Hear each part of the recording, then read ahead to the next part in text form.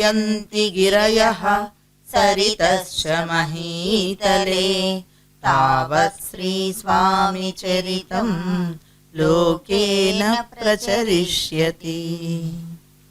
श्रीगुरुदेवा दत्तस्वरूपा मानवरूपधरा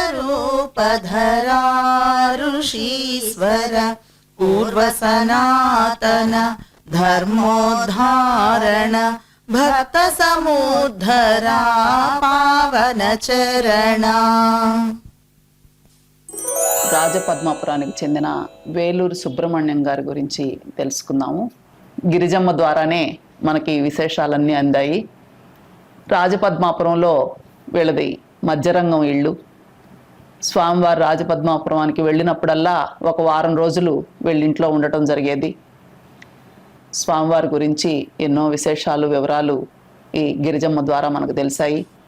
మన కాలపు మహాత్ముడు, మన జాతి, మన పూర్వతరాలు చూసిన మహాత్ముడు వెంకయ్య స్వామి. అట్లా చూసినటువంటి ధన్యురాలు అమ్మ గిరిజమ్మ. వేలూరు సుబ్రహ్మణ్యం గారి వాళ్ళ అమ్మాయిని నేను. మేదరమెట్ల గిరిజమ్మని. మా నాన్న స్వామిని అనుకోని రోజు ఉండదు. ఎవరు మా ఇంటికి వచ్చినా స్వామిని గురించే చెప్తాడు. మా పిల్లలకి అదే అలవాటైంది. మేము మొన్న ట్రైన్లో పోతా కూడా స్వామిని గురించే మాట్లాడుకుంటున్నాం. మాకు ఏదన్నా కష్టం వచ్చినా ఆయనే తలుచుకుంటాం. నువ్వే కదా నన్ను ఇచ్చింది తండ్రి, నాకు ఏ కష్టం వచ్చినా నువ్వే తిరవాలా, నాకు మా అమ్మ నాయన కూడా లేరు కదా, అదేదో నువ్వే నాకు చెయ్యాలి, నాకు తెలియదు, నన్ను మా పిల్లల్ని సరే బాగా చూసుకోవాలి అనుకుంటే నాకు ఆ రోజు ఏడుపు వస్తుంది. కానీ పక్క రోజు మామూలు అయిపోతా. ఇంకా అది ఎట్టో ఒకట ఆపద మాత్రం బయటకు పోతుంది. ఆయన అనుకోని రోజు అనేది మాకు ఉండదు అసలు. మా నాన్నకు కూడా ఆయన చాలా చెప్పాడు. అప్పుడు జ్వరం వచ్చినా కానీ గుడ్డ తీసుకొని ఇట్లా ఇట్లా గుడ్డ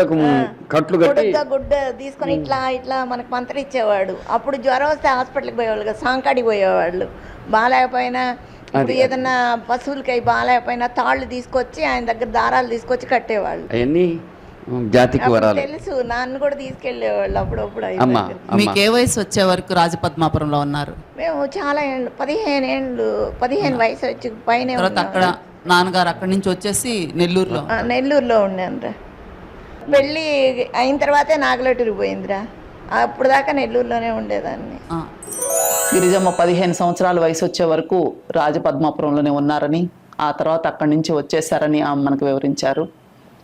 అక్కడ వీళ్ళకి కొంత పొలం ఉంటే ఆ పొలాన్ని స్వామివారు అమ్ముకోవద్దయ్యా, ఇది సముద్రం అంత అవుతుంది, 10 తరాలు దీని మీద బ్రతకొచ్చు, నీకు పొలం అమ్మాలని కానీ ఎప్పుడైనా అనిపిస్తే నాకు పొలమే లేదనుకోయ్యా అని ఎంతో చెప్పారు. కానీ ఆయన అది కూడా నిలుపుకోలేకపోయాడు. మా ఊళ్ళో పొలం ఉండేది మాకు, దర్శాదిలో 12 ఎకరాల పొలం ఒకే చోట ఉండేది. అదంతా తిరిగి స్వామి, అయ్యా నీకు ఎన్ని కష్టాలు వచ్చినా ఇది అమ్మబాకని చెప్పి, ఎవ్వరికి అమ్మేది కానీ ఇచ్చేది కానీ చేయబాక, ఇది 10 తరాలు బతుకుతారు అని చెప్తే, మా ఊళ్ళో మా నాయన మేనమా వాళ్ళు ఉండరు.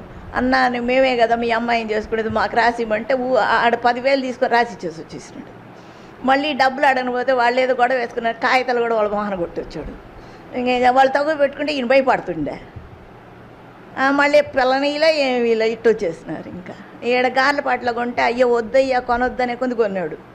అది ఏదో చెరువు తెగిపోయి అసలు పండలేదు. ఇంకా ఆ పొలం అసలు ఆ డబ్బులు కూడా ఇలా వేరే వాళ్ళకి, ఇంక వేరే పొలం ఉందని శివ ఇలా ఇంకొక సాయిబుకి డబ్బులు ఇచ్చి మనం కొంటే వాడు భార్య తిట్టిందని వాడు అసలే ఇలా ఆ డబ్బులు నిలవని కూడా చెప్పినాడు స్వామి. నువ్వు అసలు నాకు పొలం లేదని గమ్మునైపోమన్నాడు. ఆ 10,000 కూడా గోయిందా అట జరిగింది. గిరిజమ్మ మనకు అందించినటువంటి గొప్ప సందేశం ఆమె తండ్రి విషయంలో ఉంది. అది ఏమిటంటే, ఆయన ఎక్కువ లౌకికుడు, ప్రాపంచికుడు. ఎవరు? ఈ వేలూరు సుబ్రహ్మణ్యం అనే ఆయన.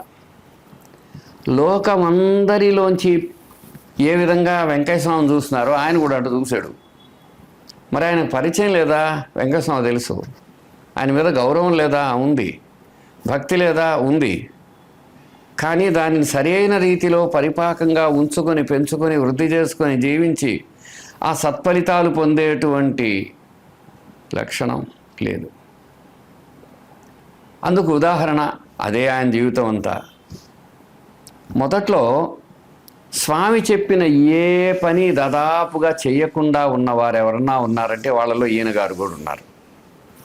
అంటే ఇంకా చాలామంది చేయలేదు, అవును చాలామంది చేయలేదు. ఇక్కడ మనం ఒక మనవి చేసుకోవాలి. ఇప్పుడు వెంకయ్య స్వామి వారు వచ్చి మనందరితో పక్కనే ఉన్నారనుకో, మనం మాత్రం ఆయన చెప్పినవి ఎన్ని చేస్తాం? కొంతమంది కొన్నే చేస్తాం. కాకపోతే ఆయన కొంచెం ముందు మిగిలి ఎక్కువ చేయలేదు.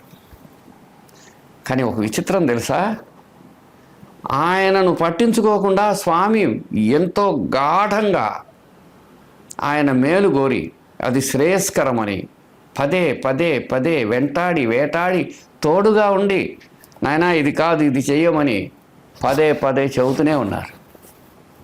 మనమైతే విన్నది ఎవరైనా 4 సార్లు చెబితే వినకపోతే పట్టించుకోం కదా. స్వామిలా చేయలేదు. తన ఆశ్రితుడైన వాడిని అతను ఎంత విముఖంగా ఉన్నా సుముఖంగా లేకపోయినా శ్రేయస్కరమైంది చెబుతూనే ఉన్నారు. ఆ పొలం అమ్ముకోవద్దు అన్నారు. అసలు నీకు ఆ పొలం లేదను అనుకో, ముందు ముందు అది బ్రతికిస్తుందని. ఎవడేంటాడు? వెంటనే దాన్ని అమ్మేసి దానివల్ల ఇబ్బంది పడ్డారు. అదే కాదు, ఎన్నో రకాలుగా చెప్పారు ఆయనకి. కానీ స్వామి మాత్రం కాపాడుతూనే ఉన్నారు. స్వామి చెప్పినవి ఎన్ని వాళ్ళ నాన్న చేయకపోయినా ఎక్కడో లోపల ఆయనకు స్వామితో ఒక విచిత్ర సూక్ష్మ బంధం ఉంది. స్వామి మాత్రం చివరి దాకా ఆయనను అనుగ్రహిస్తూనే వచ్చారు. చివరి దశలో మాత్రం ఆయన ఎంతగానో పరితపించి స్వామి మాట వినలేకపోయానని, అయ్యలారా అమ్మలారా మీరు మాత్రం అట్లా ఉండకండి, ఆయన చెప్పింది వినండి, విని మీరు బాగుపడండి అన్న సందేశానికి స్ఫూర్తి ప్రదాత వేలూరు సుబ్రహ్మణ్యం. అంటే మనం ఏం గ్రహించాలి అంటే, ఎలా ఉండాలో ఎలా ఉండకూడదో అనే రెండింటినీ మనం ఆయన ద్వారా నేర్చుకోవచ్చు. సమాధిగతులైనటువంటి వెంకయ్య స్వామి సూర్యచంద్రులు ఉన్నంత వరకు ఉంటారు కదా. ఆ విధంగా ఉన్న వెంకయ్య స్వామిని స్మరించి నామము స్మరణము నిధిధ్యాసనము ద్వారా సాధన చేసిన వారెవరైనా ఇటువంటివి చదివి అనుసరించి ఉత్తమ ఫలితాలు పొందాలంటే వీళ్ళు ప్రత్యక్షంగా చూచి కోల్పోయినటువంటి అంశాలు మనకెంతో ఉద్బోధనకరమైనవి. వారి పశ్చాత్తాపం మనకెంతో ప్రోత్సాహకరం. ఆ విధంగా ప్రతి సంఘటన కూడా 2 పార్శ్వాలు కలిగి ఉంటుంది. ఒకటి అనుసరించదగినది, ఇంకొకటి నేర్చుకోదగినది. ఆ రెండింటికి చక్కటి ఉదాహరణ ఈ సుబ్రహ్మణ్యం గారు. కాబట్టి మనం వెంకయ్య స్వామి గురించి తెలుసుకోవటంలో ఆనందిస్తాం, ఆ తెలుసుకున్నది పంచుకోవటంలో సంతోషిస్తాం. అందుకు ఎంతగానో కారణమైన వ్యక్తిగా గిరిజమ్మ తండ్రిగా, స్వామి ఆశ్రితుడుగా, భక్తుడుగా మనకు సుబ్రహ్మణ్యం ఎప్పటికీ గుర్తుంటారు. అందుచేత ఈ దేశంలో అవతలి వ్యక్తి ఏమైనా అవని, అతని అంతరంగంలో ఉండే సూక్ష్మ భావనకు స్పందించే మహత్తర శక్తి కలిగిన అవధూత మూర్తులకు గుర్తుగా వెంకయ్య స్వామి నిలుస్తారు. ఈ వ్యక్తి జీవితం ద్వారా మనకందే సందేశం అది. సత్సంగం కొనసాగుతుంది. సంతోషం.